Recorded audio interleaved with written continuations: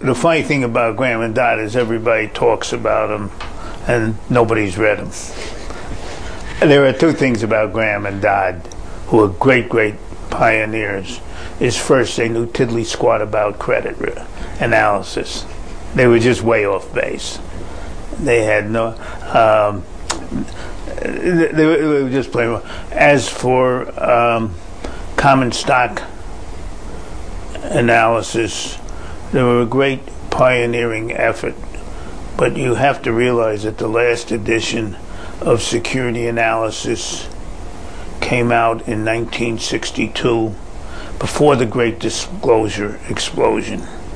And the thing that Graham and Dodd really contributed in common analysis is, here are good things to look at, here are important caveats if you really don't know much about the company in which you're investing.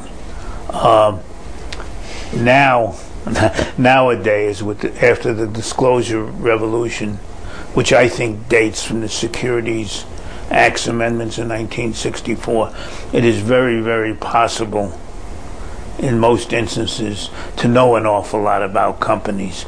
The second thing about Graham and Dodd, given their thing, they were primarily involved with market risk. We, on the other hand, are very involved with investment risk. Notice in your prior question, I said we buy at big discounts from readily ascertainable net asset value.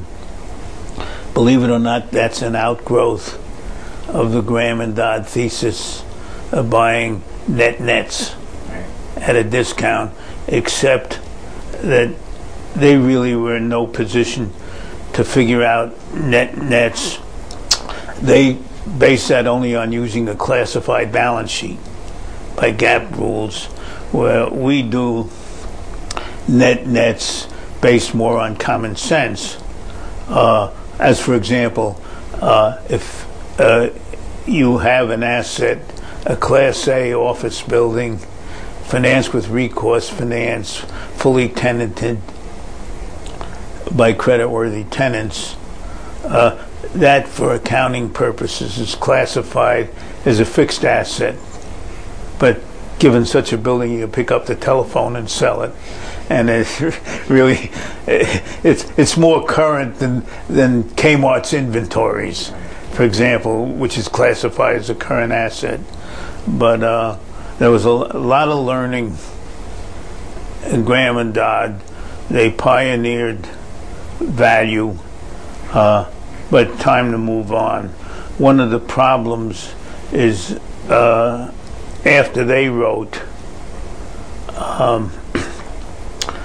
the whole field of financial analysis was taken over by modern capital theorists, the efficient market and efficient portfolio.